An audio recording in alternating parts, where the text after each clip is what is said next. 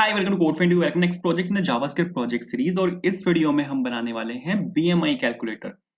BMI calculator जो होता है वो बॉडी मास इंडेक्स कैलकुलेटर होता है। ठीक है, ये इंपॉर्टेंट है अगर आपको ये देखना है कि कौन ओवरवेट है कौन अंडरवेट है किसका वेट नॉर्मल है, तो उसके लिए हम बीएमआई कैलकुलेटर की हेल्प लेते हैं। तो इसका एक फॉर्मूला होता है, ठीक है, वेट अपॉन हाइट स्क्वायर का फॉर्मूला चलता है इसका, वो हम देखेंगे यहाँ पे कि कैसे करता है। तो हमारे पास यहाँ पे दो फील्ड्स हैं, एक यहाँ पे हाइट है एक यहाँ पे वेट है। जैसे कि मैंने आपको बताया कि आपको यहाँ पे दो ही चीज चाहिए, एक हाइट चाहिए एक यहाँ पे वेट चाहिए। तो हाइट मेरे पास यहाँ पर है और वेट मेरे पास यहाँ पर है, और कैलकुलेट बटन में मेरे पास यहाँ पर है एक बंदे का बीएमआई कैलकुलेट करने के लिए। ये प्रोजेक्ट हमने बनाया with the help of HTML CSS and JavaScript. HTML बिल्कुल बेसिक एचटीएमएल, बेसिक सीएसएस और बेसिक जावास्क्रिप्ट का हमने यहाँ पे यूज किया है, और उसकी हेल्प से हमने यहाँ पर एक बीएमआई कैलकुलेटर एक प्रोजेक्ट बनाया है। बहुत सिंपल है, मोबाइल फ्रेंडली प्रोजेक्ट है। अगर आप इसको यहाँ पे अगर मोबाइल मोबाइल स्क्रीन पे आप इसको लेके जाओगे तो ये बिल्कुल यहाँ पे परफेक्ट चलेगा। कैलकुलेट इसको कैसे करना है, सपोज मेरे पास यहाँ पे दोनों फील्ड्स फिलहाल एम्प्टी है, मैंने कैलकुलेट पे क्लिक किया तो please provide a valid height, ये यहाँ पे बोल रहा है आपको एक वैलिड हाइट यहाँ पे देनी है। सेंटीमीटर्स में देनी है, सपोज 180 सेंटीमीटर्स में यहाँ पे दे रहा हूँ, जो कि अराउंड 5 फीट एंड 9 इंच के अराउंड होता है। वेट में सपोज यहाँ पे दे रहा हूँ 80 केजी। कैलकुलेट मैंने यहाँ पे किया तो आप यहाँ पे देखो ये नॉर्मल है, ठीक है, बीएमआई यहाँ पे नॉर्मल है 24.69। 25 से ऊपर जो होता है वो ओवरवेट होता है। अगर यहीं पे मैं इसको 90 कर दूं, वेट जो इन केजी जो है वो यहाँ पे 90 है, तो आप यहाँ पे देखो बीएमआई चला गया यहाँ पे 27.78, जो कि यहाँ पे ओवरवेट।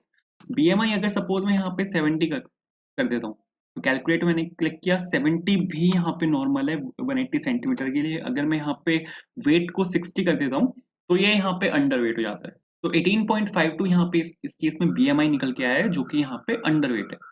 तो ये हम यहाँ पे बनाएंगे, बहुत बेसिक एक प्रोजेक्ट है जावास्क्रिप्ट प्रोजेक्ट सीरीज में, ये हमारा यहाँ पे थर्ड प्रोजेक्ट है। पहले दो प्रोजेक्ट्स जो थे वो था यहाँ पे डिजिटल क्लॉक, जहाँ पर हमने ये वाली एक क्लॉक बनाई थी। सेकंड जो प्रोजेक्ट था हमारा वो था यहाँ पे कैलकुलेटर, जहाँ पर हमने जावास्क्रिप्ट की हेल्प से कैलकुलेटर बनाया था। अभी हमारा यहाँ पे थर्ड प्रोजेक्ट है जो कि ये यहाँ पे बीएमआई कैलकुलेटर। तो हम यहाँ पे ये बनाएंगे। तो इसको बनाने के लिए आपको कुछ नहीं करना, सबसे पहले तो किसी भी अपने फेवरेट फोल्डर में आना है, और यहाँ पे आपको एक फोल्डर बना लेना है। सपोज मैं यहाँ पे एक मैं यहाँ पे फोल्डर बना रहा हूँ बीएमआई कैलकुलेटर के नाम से। तो एक फोल्डर मैंने यहाँ पे बनाया और यहाँ पे मैंने लिखा सपोज बीएमआई कैलकुलेटर। इसको मैंने खोला है यहाँ पे, इसमें आपको यहाँ पे ऊपर क्लिक करना है और यहाँ पे आपको सीएमडी लिखना है। सीएमडी लिखने के बाद आपको यहाँ पे लिखना है code space dot. Code space dot क्या करेगा, यहाँ पे खोल देगा विजुअल स्टूडियो कोड, क्योंकि मैं यहाँ पे यूज करने वाला हूँ विजुअल स्टूडियो कोड का। तो वीएस कोड यहाँ पे इसने मेरा खोल दिया, इसको यहाँ से पीछे से इसको क्लोज करते हैं और इसको यहाँ पे करते हैं फुल स्क्रीन। मैं यहाँ पे यूज करने वाला हूँ HTML CSS जावास्क्रिप्ट का। तो स्टार्ट करते हैं HTML से। आपको यहाँ पे जो ये वाला फर्स्ट वाला आइकन है, इस पे आपको यहाँ पे क्लिक करना है और यहाँ पे आपको एक index.html के नाम से एक फाइल बनानी है। HTML फाइल मैंने यहाँ पे बनाई। अब HTML का जो बेसिक लेआउट होता है यहाँ पे मेरे को वो बनाना है। सबसे पहले तो HTML का टेम्पलेट है वो मेरे को यहाँ पे लिखना है। तो उसके लिए सपोज डॉक टाइप HTML मैंने यहाँ पे लिखा, उसके बाद हम यहाँ पे एक HTML का ओपनिंग डालते हैं। HTML के ओपनिंग और क्लोजिंग के बीच में दो टैग्स जाते हैं, एक तो होता है आपका हेड सेक्शन, दूसरा होता है आपका यहाँ पे बॉडी सेक्शन। हेड सेक्शन में अगर आपको एप्लीकेशन रिलेटेड कोई इन्फॉर्मेशन डालनी है, जैसे आपको कोई लिंक टैग डालना है, मेटा टैग डालना है, आपको स्क्रिप्ट टैग डालना है, टाइटल डालने हैं, कुछ भी अगर आपको एप्लीकेशन रिलेटेड डालना है तो वो आप यहाँ पे डाल सकते हो हेड टैग के अंदर। जैसे मैं यहाँ पे टाइटल डाल रहा हूँ, टाइटल यहाँ पे मैंने सपोज लिखा बीएमआई कैलकुलेटर। ये टाइटल क्या होता है, टाइटल होता है ये जो आप यहाँ पे देख रहे हो ना, ये जो आपकी टैब होता है उसका जो यहाँ पे ये हेडिंग होती है वो टाइटल कहलाता है। तो उसको आप यहाँ से मेंशन कर सकते हो, टाइटल टैग की हेल्प से आप वहाँ पे टाइटल को चेंज कर सकते हो, या आप देख भी सकते हो। आपको यहाँ पे वापस आना है अपने फोल्डर में, और यहाँ पे आपके पास एक फाइल बनी होगी इंडेक्स के नाम से, और यहाँ पे आप देखो ये बीएमआई कैलकुलेटर यहाँ पे आ चुका है। तो ये तो बिल्कुल ठीक है। अब यहाँ पे मेरे को बनाना क्या है, आप अगर यहाँ पे देखो तो मेरे पास यहाँ पे एक पूरा एक बॉक्स है। इसको आप अगर एक बॉक्स मान लो पूरे को, तो यहाँ पे मेरे पास एक हेडिंग है, फिर यहाँ पे एक मेरे पास टेक्स्ट लिखा हुआ है, नीचे एक इनपुट टैग है, फिर एक टेक्स्ट है, फिर नीचे इनपुट टैग है, फिर यहाँ पे एक बटन है उसके नीचे, फिर यहाँ पे एक टेक्स्ट लिखा हुआ है। तो कुछ इसी तरह बनाना है। तो बॉडी में सबसे पहले तो मेरे को यहाँ पे क्या करना है, पूरे अपने कोड को रैप करना है। तो एक डिव ले रहा हूँ मैं यहाँ पे रैप करने के लिए, डिव में मैंने यहाँ पे इसको रैप किया। उसके बाद ये यहाँ पे मेरे को हेडिंग डालनी है बीएमआई कैलकुलेटर। तो H1 के अंदर मैं यहाँ पे हेडिंग डाल रहा हूँ, सपोज मैंने यहाँ पे लिखा बीएमआई कैलकुलेटर। इसके बाद आप अगर यहाँ पे देखो, ये मेरे पास यहाँ पे हाइट इन सेंटीमीटर्स का एक पी टैग है। तो इसको पी टैग यहाँ पे पैराग्राफ टैग होता है। अगर आप यहाँ पे कोई हेडिंग डालना चाहते हो तो हेडिंग के लिए आप यहाँ पे H1 tag, H2 tag, H3 tag, ये सब आपके पास यहाँ पे HTML के हेडिंग टैग्स हैं जिनका आप यहाँ पे यूज कर सकते हो। पी यहाँ पे पैराग्राफ टैग होता है, ठीक है। अगर आपको हेडिंग नहीं डालनी, नीचे आप अगर एक चीज देखो, आपने कोई भी अगर आर्टिकल लिखो तो ऊपर वहां पे हेडिंग होती है, फिर नीचे ही आपका आर्टिकल होता है, आर्टिकल का पूरा जो पैराग्राफ होता है वो होता है। तो हेडिंग के लिए आप यहाँ पे यूज कर सकते हो उस केस में H1 टैग का, एंड जो आपका नीचे आर्टिकल है उसके लिए आप यहाँ पे यूज कर सकते हो पी टैग का, ठीक है। तो ये इस तरह से वर्क करता है। मैंने यहाँ पे वही किया। H1 टैग में मैंने यहाँ पे BMI कैलकुलेटर लिखा और पी टैग में मैंने यहाँ पे हाइट इन सेंटीमीटर्स लिखा। इससे फर्क क्या पड़ता है? फर्क ये पड़ता है कि जो हेडिंग टैग होता है ना, वो उसका थोड़ा फ़ॉन्ट साइज़ बड़ा होता है। आप अगर यहाँ पे देखोगे तो इसका जो फ़ॉन्ट साइज़ है वो बड़ा है, पैराग्राफ का जो फ़ॉन्ट साइज़ है, पी टैग का जो फ़ॉन्ट साइज़ है वो छोटा है, ठीक है। ये शायद 12 सेंटीमीटर्स होता है, जहाँ तक मेरा ख्याल है 12 या 14, और H1 जो होता है वो 30 पिक्सेल्स के अराउंड होता है, 30 या 32 के अराउंड होता है। इसके आस-पास होता है, ठीक है। मतलब मैं अंदाज़ा लगा रहा हूँ कि इसके आस-पास होता है, एग्ज़ैक्ट ये नंबर नहीं है। तो ये कुछ इस तरह चलता है। ठीक है। अब जो पी टैग है, पी टैग के जस्ट नीचे मेरे को एक इनपुट टैग चाहिए। तो इनपुट और टाइप इज इक्वल्स टू, यहाँ पे मैंने लिखा सपोज टेक्स्ट। तो आप यहाँ पे देखोगे मेरे पास यहाँ पे एक इनपुट टेक्स्ट आएगा, ठीक है। एक इनपुट टैग आया, input type is equals to text से। इसके जस्ट नीचे आप अगर यहाँ पे वापस आओ तो मेरे को यहाँ पे वेट लिखना है कि बंदे का कितना वेट है। तो वो वापस से पी टैग के अंदर हम यहाँ पे इसको डाल सकते हैं, और इसके जस्ट नीचे मेरे को जहाँ पे यूजर एंटर कर सकता है अपनी वैल्यूज को, उसके लिए मेरे को यहाँ पे एक इनपुट टैग चाहिए। तो वो इनपुट टैग मैंने यहाँ पे डाला, तो आप यहाँ पे देखोगे वेट आ गया मेरे पास यहाँ पे, और मेरे पास यहाँ पे ये भी आ गया। इसके बाद मेरे को यहाँ पे एक बटन बनाना है। बटन के लिए हमारे पास यहाँ पे HTML का एक टैग होता है जो कि बटन टैग होता है, और इसमें सपोज मेरे को यहाँ पे लिखना है कैलकुलेट, ठीक है। वापस जाते हैं तो आप यहाँ पे देखो बटन भी आ गया मेरे पास जो कि कैलकुलेट के नाम से है। और इसके जस्ट नीचे मेरे को यहाँ पे एक सपोर्ट डिव ले लेते हैं जहां पर मेरे को अपने रिजल्ट को डिस्प्ले करवाना है। तो ये मैंने यहाँ पे डिव लिया जहां पर मेरे को अपने रिजल्ट को डिस्प्ले करवाना है, ठीक है। तो आई होप ये क्लियर हुआ होगा, बस इतना सा है, ठीक है। तो ये आपका यहाँ पे HTML का जो पूरा टेम्पलेट था वो बन के बिल्कुल तैयार है, ठीक है। HTML में बस इतना ही है। आप अगर देखो एक हेडिंग है, दो मेरे पास यहाँ पे टैग्स हैं जहां पर आप इनपुट ले रहे हो हाइट और वेट को, एक बटन है जिसकी हेल्प से आप BMI को कैलकुलेट करोगे, फिर एक डिव टैग मैंने लिया है जहां पर आपको रिजल्ट को डिस्प्ले करवाना है कि वो बंदा अंडरवेट है, ओवरवेट है या फिर नॉर्मल है। तो ये 3 टैग हमने यहाँ पर लिए हैं, ठीक है। ये आपका बेसिक सा एक HTML का टेम्पलेट का स्ट्रक्चर है। अब मेरे को इसमें CSS लगानी है, ठीक है। इसको थोड़ी सी स्टाइलिंग्स की मेरे को यहाँ पे ठीक करनी है, तो उसके लिए मेरे को यहाँ पे एक फाइल बनानी पड़ेगी जो कि होगी style.css के नाम से। अब ये जो CSS फाइल है वो एक अलग इंडिपेंडेंट फाइल है, HTML जो फाइल है वो यहाँ पे अलग इंडिपेंडेंट फाइल है। मेरे को style.css को लिंक करना है विद index.html, तो वो हम कर सकते हैं हेड टैग के अंदर। आपको यहाँ पे लिखना है लिंक और href। href में आपको उसका नाम देना है, लेकिन उससे पहले रिलेटेड, ठीक है, कि आप ये जो यहाँ पे फाइल है किससे रिलेटेड है, ठीक है। तो हमने यहाँ पे लिखा स्टाइल शीट कि ये जो यहाँ पे फाइल है वो स्टाइल शीट है। CSS की जो फुल फॉर्म होती है वो होती है कास्केडिंग स्टाइल शीट। तो ये एक CSS फाइल है, इसको हमने यहाँ पे बताया अपने HTML के हेड टैग को कि यहाँ पे हम लिंक कर रहे हैं एक स्टाइल शीट को जिसका टाइप है एक स्टाइल शीट। कौन सी शीट है? तो href में आप यहाँ पे उसको मेंशन कर सकते हो जैसे style.css, ठीक है। ये हमारे पास यहाँ पे लिंक टैग के अंदर हमने यहाँ पे मेंशन कर दिया, ठीक है। तो आई होप इतना क्लियर हुआ होगा। अब अब मेरे को यहाँ पे क्या काम करना है? अब मेरे को यहाँ पे स्टाइलिंग डालनी है। सबसे पहले तो इस पूरे को मेरे को सेंटर अलाइन करना है, यहाँ पे सेंटर में लेके आना है मेरे को इस पूरे को।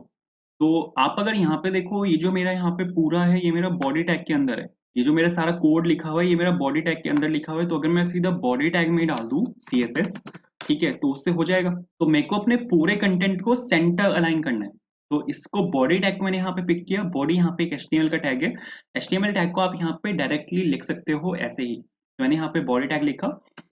एक CSS मेरे को यहाँ पे डालनी है डिस्प्ले फ्लेक्स, क्योंकि मैं यहाँ पे डालने वाला हूँ जस्टिफाई कंटेंट एंड सेंटर।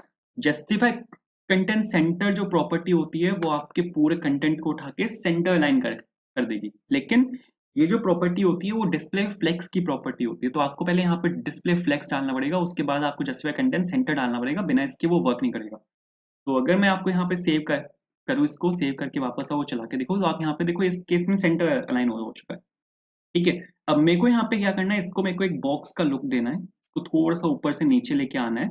तो जो अब ये पूरे कोड का जो रैपर है मेरे को उसमें काम करना है। पूरे कोड का रैपर कौन सा है? ये वाला div रैपर है। तो इस div में एक क्लास डालते हैं जो कि सपोज यहाँ पे होगी आपकी कंटेनर क्लास, क्योंकि ये यहाँ पे आपके पूरे कोड को कंटेन कर रहा है। तो यहाँ पे मैंने डॉट कंटेनर लिखा, वो एक क्लास है। ठीक है, यहाँ पे मैंने कंटेनर के नाम से क्लास डाली है, कोई HTML का एलिमेंट नहीं है। तो क्लास के साथ हम लगाते हैं डॉट ऑपरेटर। ठीक है, तो डॉट ऑपरेटर मैंने यहाँ पे यूज किया, कंटेनर मैंने यहाँ पे लिखा। सबसे पहले तो मेरे को ऊपर से थोड़ा स्पेस चाहिए, क्योंकि अभी आप देखो तो ऊपर से यहाँ पे चिपका हुआ है, मार्जिन टॉप मैंने 50 पिक्सल दिया तो ये हल्का सा नीचे आ गया। मेरे को इसकी विड्थ को लिमिट करना है, क्योंकि मैं नहीं चाहता इसकी विड्थ कुछ ज्यादा हो जाए। तो एक लिमिटेड विड्थ में यहाँ पे डाल रहा हूँ, जो कि सपोज मैं यहाँ पे डाल रहा हूँ आपकी 30 पिक्सल्स। ठीक है, तो 30 पिक्सल्स मैंने यहाँ पे जो विड्थ है वो डाली। 30 पिक्सल नहीं डालनी, 30 पिक्सल तो बहुत कम है, 300 पिक्सल डालनी है तो या ठीक है। एक अ, अभी आपको विड्थ का अंदाजा नहीं लगेगा, क्योंकि यहाँ पे कोई कलरिंग नहीं है। ठीक है, तो एक काम करते हैं, यहाँ पे मैं डाल रहा हूँ बॉक्स शेडो। बॉक्स शेडो के बाद थोड़ा सा अंदाजा लगेगा। ठीक है, बॉक्स शेडो वर्क कैसे करता है? आप अगर लेफ्ट और राइट से आपको कितनी शेड चाहिए, मेरे को चाहिए यहाँ पे 0 पिक्सल। टॉप और बॉटम से कितना चाहिए? मेरे को चाहिए यहाँ पे 0 पिक्सल। आपको तो शेड चाहिए, वो कैसी चाहिए, मतलब वो डार्क चाहिए, फेड चाहिए? तो मेरे को 20 पिक्सल फेड चलेगा, ज्यादा नहीं चाहिए। और यहाँ पे मैंने लिखा सपोज 10 पिक्सल। कौन सा कलर चाहिए? तो यहाँ पे सपोज मैं डाल रहा हूँ आपका 00 44 FF, एक ब्लू ब्लू का एक शेड है। ठीक है, तो ये आएगा। तो आप यहाँ पे देखो ये पर्पल क्यों आया है? 99 मैंने डाल दिया, तो 00 डालना है। ठीक है, पर्पल नहीं चाहिए ब्लू चाहिए, ये वाला। तो या ठीक है, इसमें एक काम करते हैं, इसमें आप देखो तो ये यहाँ से बिल्कुल चिपका हुआ है, तो पैडिंग मेरे को यहाँ पे डालनी पड़ेगी। पैडिंग लेते हैं सपोज यहाँ पे 50 पिक्सल्स। तो या पैडिंग मैंने यहाँ पे डाली। ये जो बॉर्डर है इसका, यहाँ से मेरे को इसको घुमाना है। तो बॉर्डर रेडियस उसके लिए काम करेगा। तो बॉर्डर रेडियस सपोज लेते हैं यहाँ पे 30 पिक्सल्स, तो ये यहाँ पे घूम जाएगा, बिल्कुल ठीक है। ये जो सब पूरा इसके बॉक्स के अंदर जो पूरा तामझाम है, इसको मेरे को सेंटर लाइन करना है। तो उसके लिए हम यहाँ हमारे पास यहाँ पे प्रॉपर्टी होती है टेक्स्ट लाइन और सेंटर। तो आप यहाँ पे देखो ये पूरा यहाँ पे सेंटर लाइन हो चुका है। इन दोनों के बीच में मेरे को स्पेस चाहिए, जो ये यहाँ पे ये H1 टैग है और ये यहाँ पे मेरे पास P टैग है नीचे, इन दोनों के बीच में कोई यहाँ पे स्पेस चाहिए। तो इसके लिए जो सीधा H1 टैग है उसको टारगेट करते हैं, और यहाँ पे मैं डाल रहा हूँ मार्जिन बॉटम। ठीक है, मार्जिन बॉटम सपोज 40 पिक्सल ले लेते हैं। तो आप यहाँ पे देखोगे इन दोनों के बीच में स्पेस आना चाहिए, ये इन दोनों के बीच में यहाँ पे स्पेस आया। H1 टैग को मैंने यहाँ पे टारगेट किया, क्योंकि H1 टैग आपका यहाँ पे जो हेडिंग टैग है वो है यहाँ पे। तो इन इस वाल इसके और इसके बीच में को यहाँ पे स्पेस चाहिए था, तो H1 टैग में मैंने सीधा मार्जिन बॉटम डाल दिया, तो उसने क्या किया, नीचे से स्पेस उठा लिया। ठीक है, उसके बाद अब मेरे को यहाँ पे क्या काम करना है कि ये वाला जो आपका पार्ट है, ठीक है, ये जो आपकी यहाँ पे इनपुट फील्ड है, इसको मेरे को टारगेट करना है। तो इनपुट फील्ड में सबसे पहले तो इनपुट फील्ड को मेरे को टारगेट करना है। तो आप यहाँ पे एक काम कर सकते हो, सीधा जो इनपुट टैग है, जो HTML एलिमेंट है इनपुट, आप उसके बेसिस पे लगा सकते हो दोनों। क्योंकि अगर आप इनपुट पे लगाओगे तो वो पूरे प्रोजेक्ट में अप्लाई होगा। ठीक है, जैसे मैंने यहाँ पे H1 पे लगाया तो वो पूरे प्रोजेक्ट में अप्लाई होगा। बट लकली मेरे पास एक ही H1 है, तो वो सिर्फ यहीं पे अप्लाई होगा। अब मेरे को अगर इनपुट टैग पे कोई CSS लगानी है और मैं इनपुट से लगाता हूँ, तो वो दोनों इनपुट टैग पे अप्लाई होगा। ठीक है, तो यहाँ पर सीधा इनपुट से उठाया मैंने इसको। और सबसे पहले तो मेरे को यहाँ पे क्या काम करना है, मेरे को यहाँ पे बॉर्डर नहीं चाहिए। ये जो यहाँ पे बॉर्डर है, मेरे को यहाँ पे बॉर्डर नहीं चाहिए। तो एक काम करते हैं, बॉर्डर कर रहा हूँ मैं यहाँ पे नन। बॉर्डर मैंने कर दिया वहां पे नन। बॉर्डर नहीं चाहिए, लेकिन अब मेरे को बॉर्डर बॉटम चाहिए। ठीक है, तो बॉर्डर हटा के आप यहाँ पे बॉर्डर बॉटम डाल सकते हो, 1px सॉलिड, और सेम कलर का चाहिए मेरे को। ठीक है, तो ये मैंने यहाँ पे डाला, आप यहाँ पे देखो ये यहाँ पे आ चुका है। ठीक है, इसकी विड्थ देते हैं। विड्थ सपोज यहाँ पे मैं डाल रहा हूँ इसकी 50%। ये बिल्कुल आपस में चिपके हुए हैं। सबसे पहले तो बटन को भी नीचे मूव करना पड़ेगा, बट ये आपस में यहाँ पे चिपके हुए हैं। तो एक मार्जिन बॉटम ले लेते हैं, सपोज 20 पिक्सल्स, बिल्कुल ठीक है। एक काम करते हैं, सबसे पहले बटन को नीचे मूव करते हैं, वरना ये प्रॉब्लम करेगा। तो जो बटन है सीधा मैं उसके टैग से यहाँ पे इसको यूज कर रहा हूँ, और विड्थ में यहाँ पे डाल रहा हूँ इसकी 100%। ठीक है, तो ये क्या होगा, ये नीचे मूव हो जाएगा कुछ इस तरह। ठीक है, ताकि अब इनपुट टैग में हम आराम से काम कर पाएंगे। तो अगर यहाँ पे मैं कुछ भी लिखता हूँ ना, तो आप यहाँ पे देखो ये यहाँ पे आउटलाइन पिक कर रहा है। जैसे मैंने यहाँ पे क्लिक किया, तो क्लिक करने के बाद यहाँ पे बॉर्डर आया है। वो बॉर्डर नहीं होता एक्चुअल में, वो उसको बोलते हैं आउटलाइन। ठीक है, तो आउटलाइन को मेरे को यहाँ पे करना पड़ेगा नन। और आप अगर यहाँ पे देखोगे, अब मैं अगर यहाँ पे क्लिक करता हूँ तो बिल्कुल ठीक चल रहा है। पैडिंग मेरे को यहाँ पे देनी पड़ेगी, तो हल्की सी पैडिंग दे देते हैं जो कि यहाँ पे है 10 पिक्सल, क्योंकि अभी ये बिल्कुल यहाँ से स्टार्ट हो रहा है, बट अगर आप अब देखोगे तो ये ऊपर से स्टार्ट हुआ है और मेरे को इसको सेंटर से स्टार्ट करना है। तो इसके लिए हम यहाँ पे कर सकते हैं टेक्स्ट अलाइन और सेंटर, ठीक है, ताकि जो टेक्स्ट है आपका वो यहाँ पे सेंटर से स्टार्ट हो कुछ इस तरह। ठीक है, टेक्स्ट का साइज मेरे को बढ़ाना है, तो उसके लिए हम यहाँ पे दे सकते हैं फ़ॉन्ट साइज, मैं यहाँ पे दे रहा हूँ सपोर्ट 30 पिक्सेल्स। और अब अगर आप यहाँ पे देखो तो बिल्कुल मस्त है। ठीक है, इसको 20 मैंने डाला जो बिल्कुल यहाँ पे मस्त है। ठीक है, तो या इतने से ठीक है। अब बटन की जो सीएसएस है उसको हैंडल करते हैं। तो यहाँ पे बटन की विड्थ तो ठीक है, हाइट दे देते हैं। हाइट सपोज मैं यहाँ पे डाल रहा हूँ 35 पिक्सल्स, तो 35 पिक्सल्स मैंने यहाँ पे हाइट दी। ऊपर से मेरे को थोड़ा सा स्पेस चाहिए, तो मार्जिन टॉप ले लेते हैं। कितना ले, 25 पिक्सल्स शायद इनफ होना चाहिए। तो 25 पिक्सल्स मैंने यहाँ पे ऊपर से ये लिया। ठीक है, बॉर्डर रेडियस ले लेते हैं। बॉर्डर रेडियस तो 20 पिक्सल्स। ठीक है, तो ये यहाँ से घूम गया, नाइस। बॉर्डर नहीं चाहिए मेरे को, आप अगर यहाँ पे देखो ये ब्लैक कलर का बॉर्डर उठा रहा है, बॉर्डर नहीं चाहिए, बॉर्डर को करते हैं यहाँ पे नन। ठीक है, नाइस। अब इसका जो ये कलर है ना, इसको मेरे को यहाँ पे चेंज करना है। वही सेम कलर जो ब्लू कलर हम डाल रहे हैं 0044FF वो डालना है। ये जो टेक्स्ट है इसके ऊपर लिखा हुआ, इसको कलर, इसको चेंज करना है। तो टेक्स्ट में कर रहा हूँ यहाँ पे ट्रिपल एफ जो होता है वो व्हाइट कलर होता है। ठीक है, तो यहाँ पे ट्रिपल एफ आया, काफी छोटा लिखा हुआ है। तो फ़ॉन्ट साइज को अपडेट करते हैं। फ़ॉन्ट साइज सपोज मैं यहाँ पे डाल रहा हूँ आपका 22 पिक्सेल्स। तो या ठीक है, ये तो रिजल्ट में भसड़ है। रिजल्ट में आते हैं। रिजल्ट में आपने यहाँ पे क्या लिया हुआ है, आपने यहाँ पे एक डिव लिया हुआ है, लेकिन एक आईडी ले लेते हैं यहाँ पे रिजल्ट के नाम से, क्योंकि मैं यहाँ पे डायरेक्टली डिव पे नहीं डाल सकता। कोई भी सीएसएस में डायरेक्टली यहाँ पे डिव पे नहीं लगा सकती, क्योंकि मेरे पास यहाँ पे एक और डिव है। तो अगर मैंने डायरेक्टली डिव पे कोई भी सीएसएस लगाई वो इस वाले पर भी अप्लाई हो जाएगी, तो मेरे को एक यहाँ पे यूनिक आईडी लेनी पड़ेगी, जो कि मैंने यहाँ पे रिजल्ट के नाम से ली है। ठीक है, तो रिजल्ट के नाम से मेरे पास यहाँ पे एक आईडी है, तो इसको हम यहाँ पे हैंडल कर सकते हैं। क्लास के केस में हमने डॉट लगाया था, अगर कोई आईडी है तो उस केस में आपको हैश लगाना पड़ता है। तो यहाँ पे सपोज रिजल्ट मैंने लिखा और ऊपर से मेरे को मार्जिन टॉप चाहिए, क्योंकि आप यहाँ पे देखो ये यहाँ पे चिपका हुआ है। तो 20 पिक्सल्स मैंने लिया यहाँ से, और आप यहाँ पे देखो थोड़ा सा नीचे आया, काफी छोटा लिखा हुआ है वो। फ़ॉन्ट साइज देते हैं जो कि यहाँ पे मैं दे रहा हूँ यहाँ पे 25 पिक्सल्स। तो या ठीक है, तो अपना जो यूआई है वो बन के बिल्कुल तैयार है। एक काम और कर लेते हैं। ये जो फ़ॉन्ट है अच्छा नहीं दिख रहा, तो एक फ़ॉन्ट ले लेते हैं। ठीक है, उसके लिए आपको यहाँ पे जाना पड़ेगा fonts.google.com पे। इस पे दुनिया भर के फ़ॉन्ट्स हैं, आपको कोई भी फ़ॉन्ट चाहिए आप वो यहाँ से पिक कर सकते हो।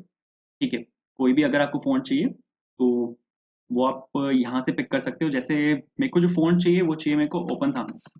ठीक है, बहुत अच्छा फ़ॉन्ट है, बहुत फ़ेमस फ़ॉन्ट है ओपन सांस। तो इसको यहाँ पे आपको क्लिक करना है। यहाँ पे क्लिक करने के बाद नीचे आना है, और नीचे जो मेरे को यहाँ पे पिक करना है वो करना है मेरे को सिलेक्ट रेगुलर और 400। प्लस पे आपको यहाँ पे क्लिक करना है। प्लस पे क्लिक करने के बाद इस पे क्लिक करना है, और ये जो इम्पोर्ट स्टेटमेंट है इसकी आपको यहाँ पे इसको पिक करना है। स्टाइल के बीच में जो @import लिखा हुआ है उसको पिक करना है, और यहाँ पे सबसे ऊपर इसको लाके यहाँ पे पेस्ट कर देना है। ठीक है, इसके बाद इसको यूज कैसे करना है, तो फॉन्ट फैमिली मेरे को यहाँ पे डालना पड़ेगा। इस पे क्लिक करना है आपको। पूरे प्रोजेक्ट में मेरे को इसको अप्लाई करना है। ठीक है, पूरे प्रोजेक्ट में कोई भी अगर टैग हो, सेम फ़ॉन्ट फैमिली मेरे को अप्लाई करनी है। वो आप कर सकते हो स्टार लगा के। अगर कोई ऐसी सीएसएस है जिसको आपको पूरे प्रोजेक्ट में अप्लाई करना है, नो मैटर कोई भी टैग हो, तो स्टार लगा के आप वो चीज़ कर सकते हो। तो फ़ॉन्ट फैमिली मैंने यहाँ पे डाला, और इसको करते हैं क्लोज़। इसको यहाँ पे सपोज़ मैंने रिफ्रेश किया तो आप यहाँ पे देखो फ़ॉन्ट यहाँ पे चेंज हुआ है। सबसे पहले तो ये ये जो यहाँ पे पी टैग है और जो इनपुट टैग है इसमें स्पेस बहुत ज़्यादा है। जो फ़ॉन्ट टाइप है वो काफ़ी बड़ा है इसका। इसके 1 सेकंड इसको थोड़ा-सा छोटा कर लेते हैं। 25 ले रहा हूँ मैं, तो 25 लेते हैं, और पैडिंग को भी शायद मेरे को कम करना पड़ेगा। 1 सेकंड, 25 ले लेते हैं। ठीक है, फ़ॉन्ट मैं यहाँ पे ले रहा हूँ सपोज़ 25। या ठीक है, इतना बहुत है। तो अब मेरे को यहाँ पे क्या काम करना है, मेरे को यहाँ पे आपका बीएमआई कैलकुलेट करना है। तो उसके लिए अब मेरे को यहाँ पे क्या काम करना पड़ेगा, जो भी वैल्यूज़ यहाँ पे इनपुट फील्ड में फिल हुई हैं, वो वैल्यूज़ मेरे को निकालनी है। यूज़र ने क्या हाइट डाली है, क्या वेट डाला है, ये दोनों चीज़ें मेरे को यहाँ पे निकालनी है। ठीक है? उसके बाद इस बटन पे जैसे ही क्लिक होगा, इस बटन पे मेरे को एक एक्शन लिस्टनर लगाना है। एक इवेंट लिस्टनर मेरे को यहाँ पे लगाना है, जो कि क्लिक इवेंट होगा, जो इस बटन के क्लिक को कैप्चर करेगा और मेरे को बताएगा कि यहाँ पे एक क्लिक इवेंट फायर हुआ है। और क्लिक इवेंट के फायर होते ही मेरे को यहाँ पे इन दोनों इनपुट टैग्स में से जो वैल्यूज हैं वो निकालनी है, बीएमआई कैलकुलेट करना है और उसको सेट करना है इस वाले डिव टैग के अंदर जहाँ पे मैं उसको डिस्प्ले करवाऊंगा। तो इसके लिए मेरे को यहाँ पे एक जावास्क्रिप्ट की फाइल बनानी पड़ेगी। आपको यहाँ पे वापस आना है और आपको यहाँ पे लिखना है app.js। जैसे style.css एक इंडिपेंडेंट फाइल थी, वैसे ही app.js भी एक इंडिपेंडेंट फाइल है। आपको इसको लिंक करना पड़ेगा इंडेक्स और एचटीएमएल के साथ। तो यहाँ पर आना है, लिंक करने के लिए आप यहाँ पे लिख सकते हो स्क्रिप्ट टैग का आप यहाँ पे यूज कर सकते हो। Script source is equals to जो आपकी फाइल का नाम है जो कि है app.js, वो आपने यहाँ पर लिखा। ठीक है, अब आप एक सवाल पूछ सकते हो कि रिलेटेड स्टाइल शीट हमने यहाँ पर लिखा था ये बताने के लिए कि ये स्टाइल शीट है style.css को, यहाँ पे हमने कुछ नहीं लिखा। यहाँ पर भी हम लिख सकते हैं, टाइप लिखते हैं हम, टाइप है इसका टेक्स्ट जावास्क्रिप्ट, बट वो जावास्क्रिप्ट के केस में कंपलसरी नहीं होता। तो आप यहाँ पे अगर नहीं भी लिखोगे तो भी चलेगा, कोई दिक्कत नहीं है। तो source is equals to app.js हमने यहाँ पे लिखा। अब मेरे को इस पर जो बटन है आपका, इस बटन पर मेरे को एक क्लिक इवेंट लगाना है आपके एप्लीकेशन लोड होते ही। जैसे ही आपकी एप्लीकेशन लोड होती है बिल्कुल वैसे ही मेरे को यहाँ पे क्लिक इवेंट लगाना है। तो एप्लीकेशन लोड होते ही एक इवेंट मेरे को खुद से फायर करना है, एक फंक्शन मेरे को खुद से कॉल करना है। तो उसके लिए हम लगाते हैं विंडो डॉट ऑन लोड। अगर आपके पास कोई ऐसा फंक्शन आपको लिखना है, कोई ऐसा फंक्शन है आपके पास, कोई ऐसी फंक्शनैलिटी चाहते हो जहां पर आपका फंक्शन खुद से कॉल हो जाए आपकी एप्लीकेशन लोड होते ही, तो उस केस में आपको यहाँ पे कॉल करना होता है विंडो डॉट ऑन लोड को। ऑन लोड फंक्शन होता है यहाँ पे जो विंडो के साथ अटैच होता है, जो अपने आप फायर होता है जब आपकी एप्लीकेशन लोड होती है। तो आपकी जब एप्लीकेशन लोड होगी उस केस में यहाँ पे क्या करना है, जो आपका बटन है उस पे क्लिक इवेंट लगाना है। तो सबसे पहले तो जो आपका बटन है उसको मेरे को फेच करना पड़ेगा। ठीक है, कि इस वाले बटन पे मेरे को एक क्लिक इवेंट चाहिए, तो उसके लिए इस बटन को मेरे को यूनिकली आइडेंटिफाई करना पड़ेगा। उसके लिए मैं यहाँ पे एक आईडी डाल रहा हूँ बीटीएन के नाम से। इस बटन को यूनिकली आइडेंटिफाई करने के लिए मैं यहाँ पर एक आईडी डाल रहा हूँ बीटीएन के नाम से। और अब वो एक डॉम एलिमेंट है। आप अगर यहाँ पे देखो, अगर मैं यहाँ पे आपको यहाँ पे एलिमेंट्स में जाके दिखाऊँ तो ये जो आपका बटन है ये यहाँ पे एक डॉम एलिमेंट है। इस डॉम एलिमेंट को मेरे को फेच करना है, उसके ऊपर मेरे को एक इवेंट लगाना है। तो डॉम एलिमेंट को आप फेच कर सकते हो, ये मैं आपको दिखाता हूँ। फेच करने के लिए आप यहाँ पे यूज कर सकते हो डॉक्यूमेंट डॉट क्वेरी सिलेक्टर का। क्वेरी सिलेक्टर की हेल्प से आप किसी भी एक डॉम एलिमेंट को फेच कर सकते हो। ये जो आपने यहाँ पे इंडेक्स डॉट एचटीएमएल में कुछ भी अगर आपने यहाँ पे लिखा है ना, ये आपके डॉम में जाके रेंडर होता है। इस चीज को डॉम बोला जाता है। डॉम होता है डॉक्यूमेंट ऑब्जेक्ट मॉडल, एक ट्री लाइक स्ट्रक्चर होता है जो बताता है कि आपकी एप्लीकेशन है कैसी और इसमें है क्या क्या। ठीक है, तो आप यहाँ पे देखो ये आपकी पूरी एप्लीकेशन को बता रहा है और इस वाले एलिमेंट को मेरे को यहाँ पे फेच करना है, जिसमें आईडी यहाँ पे इस केस में बीटीएन है। आईडी यहाँ पे बीटीएन है। तो डॉक्यूमेंट डॉट क्वेरी सिलेक्टर की हेल्प से आप ये काम कर सकते हो। आपको यहाँ पे बताना पड़ेगा कि आपको किसको फेच करना है। मेरे को बीटीएन को फेच करना है जिसमें आईडी बीटीएन है। आईडी के लिए आपको यहाँ पे हैश लगाना पड़ता है। मैंने यहाँ पे हैश बीटीएन लिखा।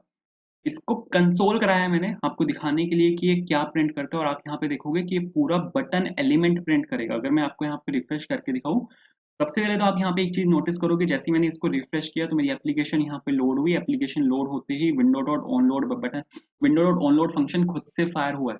मैंने इस फंक्शन को कॉल नहीं किया। और इस फंक्शन के कॉल होते ही ये कंसोल पे सेकंड लाइन नंबर 2 यहाँ पे प्रिंट हुआ है। और इसने क्या प्रिंट किया, इसने पूरा आपका बटन एलिमेंट प्रिंट कर दिया। ठीक है, और वापस आते हैं। ठीक है, यहाँ पे हमारे पास जो बटन है वो आ चुका है। बटन आ चुका है। यहाँ पे हमने जो बटन है उसको हमने यहाँ पे फेच कर लिया। ठीक है, आप यहाँ पे देखो बटन हमने यहाँ पे पूरा फेच कर लिया। अब इस बटन के ऊपर मेरे को एक इवेंट लिस्नर लगाना है जो कि एक क्लिक इवेंट है। तो आपको यहाँ पे लिखना पड़ेगा button dot add event listener. कौन सा इवेंट लगाना है, मेरे को यहाँ पे लगाना है क्लिक इवेंट। अब इस क्लिक बटन के क्लिक पे क्या होना चाहिए, उसके लिए एक कॉलबैक फंक्शन यहाँ पे कॉल होता है। जैसे अगर सपोज मैं यहाँ पे कंसोल डॉट लॉग लगाऊं और मैं यहाँ पे लिखूं क्लिक, कि जैसे ही बटन यहाँ पे क्लिक होता है, बटन पे एक्शन लिस्टनर लगा हुआ है क्लिक, और तो जैसे ही बटन यहाँ पे क्लिक होता है ये वाला कंसोल यहाँ पे प्रिंट होगा जिसपे लिखा होगा क्लिक्ड। चला के अगर मैं आपको यहाँ पे दिखाऊं कैलकुलेट पे, जैसे ही मैं क्लिक करूंगा आप यहाँ पे देखो वहाँ पे क्लिक कॉल हुआ है। बार बार मैं यहाँ पे बटन पे क्लिक कर रहा हूँ तो आप वहाँ पे देखो क्लिक वहाँ पे कॉल होता जा रहा है। ठीक है, एक काम आप यहाँ पे और कर सकते हो कि एक अलग से फंक्शन आप यहाँ पे बना सकते हो। सपोज कैलकुलेट बीएमआई के नाम से मैं यहाँ पे एक फंक्शन बना रहा हूँ। अगर आपका कोड जो है वो ज्यादा लिखा हुआ है मतलब कोड लंबा है तो आप एक उसको एक डिफरेंट फंक्शन में भी डाल सकते हो उसकी रीयूजेबिलिटी को बढ़ाने के लिए। तो यहाँ पे मैंने सिंपल क्या किया, एक फंक्शन बनाया कैलकुलेट बीएमआई के नाम से। अब जैसे ही आपका क्लिक बटन पे क्लिक इवेंट फायर होगा, वो इस वाले फंक्शन को कॉल करेगा। ठीक है, इस वाले मैंने आपको क्या बोला था कि जैसे ही इस वाले फंक्शन पे क्लिक होगा, जैसे इस वाले बटन पे क्लिक होगा, मेरे को वैल्यूज निकालनी है इन दोनों इनपुट फील्ड्स में से। तो इन दोनों इनपुट फील्ड्स में से वैल्यू निकालने के लिए मेरे को यहाँ पे इन दोनों इनपुट फील्ड को यूनिकली आइडेंटिफाई करना पड़ेगा, जैसे हमने बटन को यूनिकली आइडेंटिफाई करा था। तो यहाँ पे सपोज मैंने एक आईडी पास करी जो कि है हाइट के नाम से, और इसमें भी मैं एक आईडी पास कर रहा हूँ जो कि होगी सपोज यहाँ पे वेट के नाम से। हाइट और वेट मैंने यहाँ पे डाला। उसके बाद मेरे को यहाँ पे अब इन दोनों एलिमेंट्स में से वैल्यू निकालनी है। तो सबसे पहले तो मेरे को यहाँ पे जो आपकी हाइट वाली इनपुट फील्ड है उसको फेच करना पड़ेगा, डॉम में से फेच करना पड़ेगा। तो क्वेरी सिलेक्टर किसको फेच करना है, हाइट को फेच करना है, जिसमें जो आईडी है वो हाइट के नाम से है। और यहाँ पे डॉक्यूमेंट डॉट क्वेरी सिलेक्टर मेरे को यहाँ पे एक एलिमेंट को फेच करना है जिसमें जो आईडी है वो यहाँ पे वेट के नाम से है। अब सबसे पहले अब मेरे को यहाँ पे ये काम करना है, मेरे को यहाँ पे वैल्यूज को चेक करना है कि क्या दोनों दोनों इनपुट फील्ड में वैल्यू है या नहीं है। यहाँ पे अगर आप यहाँ पे एक चीज देखो, जो इनपुट टैग होता है ना, वो एक फॉर्म एलिमेंट होता है। हमारे पास यहाँ पे HTML में फॉर्म एलिमेंट चलते हैं। जो फॉर्म एलिमेंट्स होते हैं उनमें एक वैल्यू प्रॉप होता है। ठीक है, कोई भी फॉर्म एलिमेंट आप उठा लो, जैसे इनपुट टैग ये फॉर्म एलिमेंट है, रेडियो बटन्स हैं, चेक बॉक्सेस हैं, बटन्स हैं, और आपके ड्रॉप डाउन्स हैं जो सिलेक्ट होता है। ठीक है, वो भी एक इनपुट, वो भी एक फॉर्म एलिमेंट है। तो उसमें क्या होता है, वैल्यू प्रॉप चलता है। वैल्यू प्रॉप आपको उस फील्ड की वैल्यू दे देता है। जैसे अगर सपोज मैं यहाँ पे वैल्यू में, अगर मैं यहाँ पे सपोज 22 लिखता हूँ, हाइट में सपोज यहाँ पे 80 दे रहा हूँ। ठीक है, 80 सेंटीमीटर्स मैंने यहाँ पे हाइट दी, तो आप यहाँ पे देखोगे 80 यहाँ पे हार्ड कोडेड आएगा, क्योंकि मैंने यहाँ पे क्या किया हुआ है, वैल्यू मैंने यहाँ पे 80 पास किया है। तो इसने क्या किया, बाय डिफॉल्ट इस इनपुट फील्ड की वैल्यू को 80 सेट कर दिया। ठीक है, तो अगर अब मैं यहाँ पे अगर मैं 80 की जगह कुछ भी डालता हूँ, 90 अगर मैं डाल रहा हूँ ना, तो यहाँ पे इसकी वैल्यू चेंज हो रही है। ठीक है, इसकी यहाँ पे इस केस में वैल्यू चेंज हो रही है, ये मैं आपको दिखा भी सकता हूँ। अगर सपोज यहाँ पे मैं कंसोल डॉट लॉग लिखा मैंने यहाँ पे, और डॉक्यूमेंट डॉट क्वेरी सिलेक्टर, मैं क्या कर रहा हूँ, वेट को यहाँ पे हाइट को मैं यहाँ पे फेच कर रहा हूँ। जो मेरा हाइट वाला एलिमेंट है उसको मैंने यहाँ पे फेच किया। फेच करने के बाद मैं यहाँ पे डॉट वैल्यू एट्रीब्यूट को प्रिंट करवा रहा हूँ कि इसकी वैल्यू क्या है। तो अभी अगर आप यहाँ पे देखोगे तो वैल्यू यहाँ पे इस केस में एम्प्टी आएगी। आप यहाँ पे देखो वैल्यू यहाँ पे इस केस में एम्प्टी आएगी। app.js का लाइन नंबर 10 इसने प्रिंट किया है। अब मैं क्या कर रहा हूँ, हाइट हाइट में यहाँ पे सपोज 90 सेंटीमीटर डाल रहा हूँ, कैलकुलेट मैंने यहाँ पे क्लिक किया तो आप यहाँ पे देखो 90 आया। इसने 90 प्रिंट किया है, क्योंकि मैंने यहाँ पे वैल्यू यहाँ पे क्योंकि जो इनपुट फील्ड है इसकी वैल्यू यहाँ पे इस केस में 90 हो चुकी है। तो वैल्यू से आप इनपुट फील्ड की वैल्यू निकाल सकते हो। तो यहाँ पे मैं क्या कर रहा हूँ, सीधा वैल्यू जो एट्रीब्यूट है उसका मैं यहाँ पे यूज कर रहा हूँ इनपुट फील्ड की वैल्यू निकालने के लिए। आई होप इतना क्लियर हुआ होगा। ठीक है, अब यहाँ पे मेरे को ये चेक करना है कि वैल्यू एम्प्टी तो नहीं है, क्योंकि अगर आपकी दोनों फील्ड्स एम्प्टी है, हाइट और वेट अगर आपका दोनों एम्प्टी है और आप सीधा कैलकुलेट पे क्लिक कर रहे हो, तो उसकी कोई सेंस बनती नहीं है।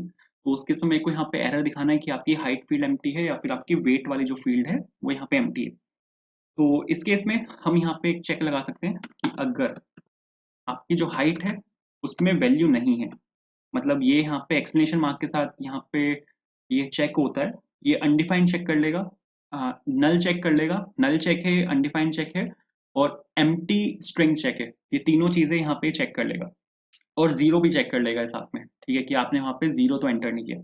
दूसरी चीज मेरे को यहाँ पे ये चेक करनी है कि आपने कोई नेगेटिव हाइट तो एंटर नहीं करी, तो वैल्यू जीरो से कम नहीं होनी चाहिए। ठीक है, उससे पहले मेरे को यहाँ पे ये चेक लगाना पड़ेगा कि नंबर है या नहीं है, क्योंकि आप यहाँ पे हाइट में अल्फाबेट्स एंटर नहीं कर सकते। तो नंबर के लिए हमारे पास यहाँ पे जावास्क्रिप्ट में एक फंक्शन चलता है जो कि होता है is nan, not a number.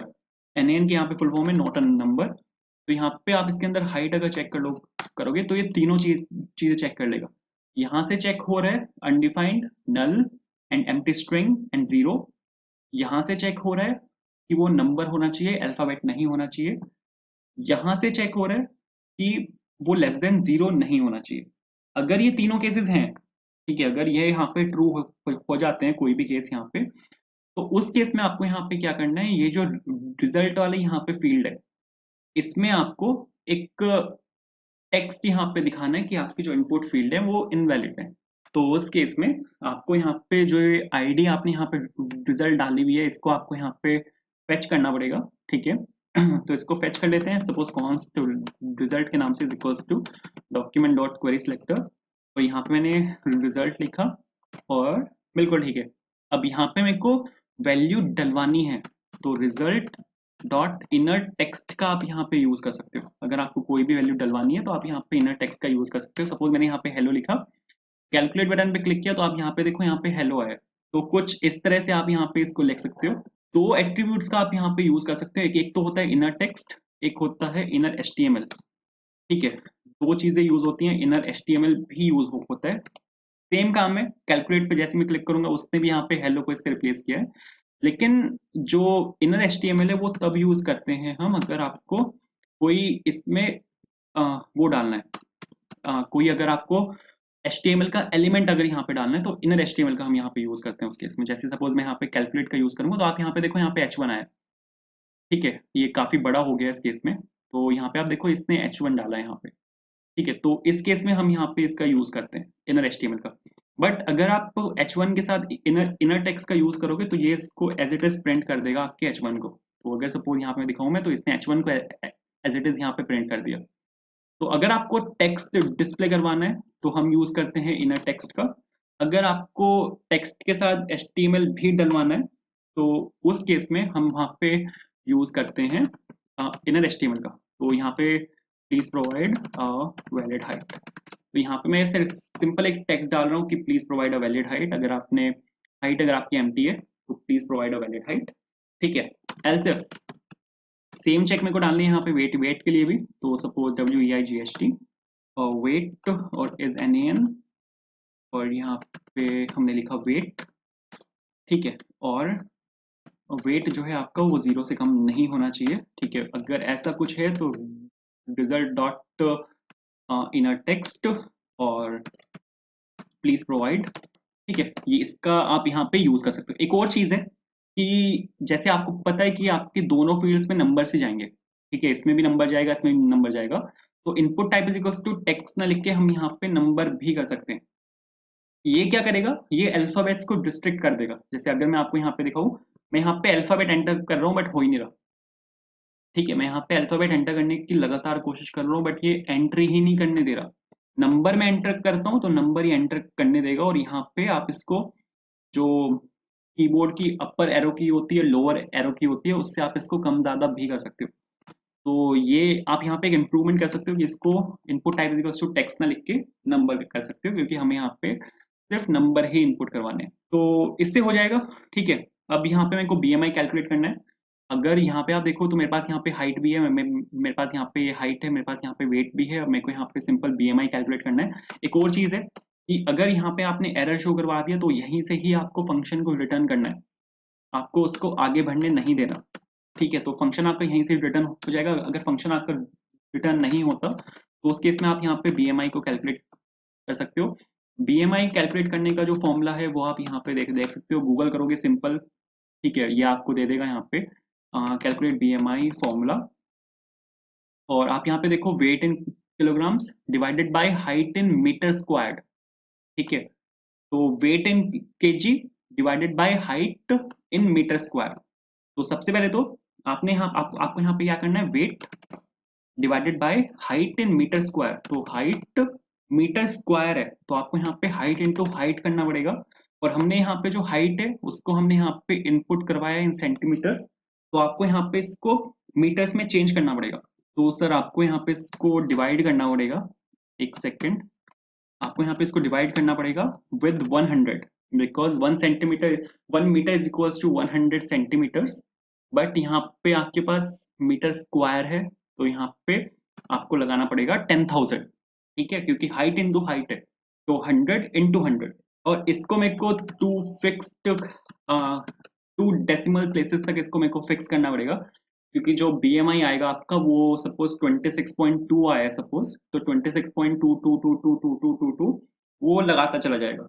तो उसको मेरे को फिक्स करना है अप टू 2 डेसिमल प्लेसेस, जिसको आप कर सकते हो यहाँ पे टू फिक्स फंक्शन की हेल्प से, ठीक है। उसके बाद अब मेरे को यहाँ पे चेक्स डालने हैं। चेक्स आप डाल सकते हो अगर आप यहाँ पे ये लो, ये वाली इमेज अगर आप यहाँ पे देखो तो अगर 18.5 से आपका बीएमआई कम है मतलब आपको अंडरवेट, ठीक है। तो यहाँ पे आप लगा सकते हो सिंपल, अगर आपका बीएमआई जो है if your BMI is less than 18.5, ठीक है, that means you are underweight. तो रिजल्ट डॉट इनर टेक्स्ट करके यहाँ पे आप लिख सकते हो अंडरवेट, ठीक है, अंडरवेट और कॉलन बीएमआई कितना है, तो यहाँ पे आपको बीएमआई लिखना है। तो उसके लिए यहाँ पे आपको लिखना पड़ेगा टेम्पलेट स्ट्रिंग्स का मैं यहाँ पे यूज कर रहा हूँ क्योंकि अब यहाँ पे मेरे को एक वेरिएबल को कंकैट कराना है। जो भी जावास्क्रिप्ट में नए हैं, तीन तरीके की स्ट्रिंग्स हमारे पास होती हैं। एक तो होता है सिंगल कोट्स, एक होता है डबल कोट्स, फिर एक होता है टेम्पलेट स्ट्रिंग जो टैब के ऊपर होती है, ठीक है। तीनों में फर्क क्या है, अगर आपको किसी भी एक वेरिएबल को कंकैट कराना है, ठीक है, अगर आपको इसमें करवाना है तो यहाँ पे सपोज आपने अगर कोड लिखा और आपको कोई भी वेरिएबल कंकैट कराना है तो आपको यहाँ पे प्लस लगा करना पड़ेगा, ठीक है। सेम चीज इसमें आपको यहाँ पे प्लस लगा के करना पड़ेगा। बट टेम्पलेट स्ट्रिंग्स के साथ क्या है, अगर आपको एक वेरिएबल कंकैट करना है तो आपको यहाँ पे लगाने हैं डॉलर कर्ली ब्रेस और आप यहीं पर ही लिख सकते हो। फायदा क्या है, रीडेबिलिटी है, कोड में रीडेबिलिटी है। अगर आप यहाँ पे देखोगे, अगर आपको वापस यहाँ पे इसको लगाना है तो प्लस करके यहाँ पे ये लिखना पड़ेगा। बट रीडेबिलिटी जो है वो इसकी ज्यादा है, ठीक है। आप यहाँ पे ये प्लस को बिल्कुल खत्म कर देता है, तो ये फर्क है। तो आई होप क्लियर हुआ होगा। तो यहाँ पे मैंने बीएमआई आपका यहाँ पे डलवाया। अब मेरे को यहाँ पे चेक्स डालने पड़ेंगे। अगर आप यहाँ पे, ये तो था आपका अगर आपका बीएमआई 18.5 से कम है, लेकिन अगर आपका बीएमआई जो है वो 18.5 से ग्रेटर है, बीएमआई आपका 18.5 से ग्रेटर है या फिर इक्वल्स है, एंड आपका जो बीएमआई है वो कम है आपके 24.9 से, 24.9, तो उस केस में एक सेकेंड इस लाइन को यहाँ से कॉपी कर लेते हैं। तो ये आपका यहाँ पे नॉन नॉर्मल है, जो बीएमआई है वो इस केस में आपका नॉर्मल है। बट अगर इस वाले केस को यहाँ से कॉपी कर लेते हैं, नाइस। अगर आपका बीएमआई 25 है, ये जो आपका यहाँ पे बीएमआई है, ये अगर आपका यहाँ पे 25 है, 25 से लेके आपका यहाँ पे 29.9 तक है, 29.9 तक है, तो उस केस में आपको यहाँ पे ओवरवेट। इसके बाद इसको दोबारा पेस्ट किया, अगर ये आपका है सपोज 30 से, ठीक है, तो यहाँ पे सपोज मैंने लिखा 30 एंड 34.9, तो यहाँ पे आ गया ये आपका 34.9, तो ओबेसिटी क्लास 1, ठीक है। आप वो यहाँ पे सर ओबेसिटी एंड क्लास 1, ठीक है।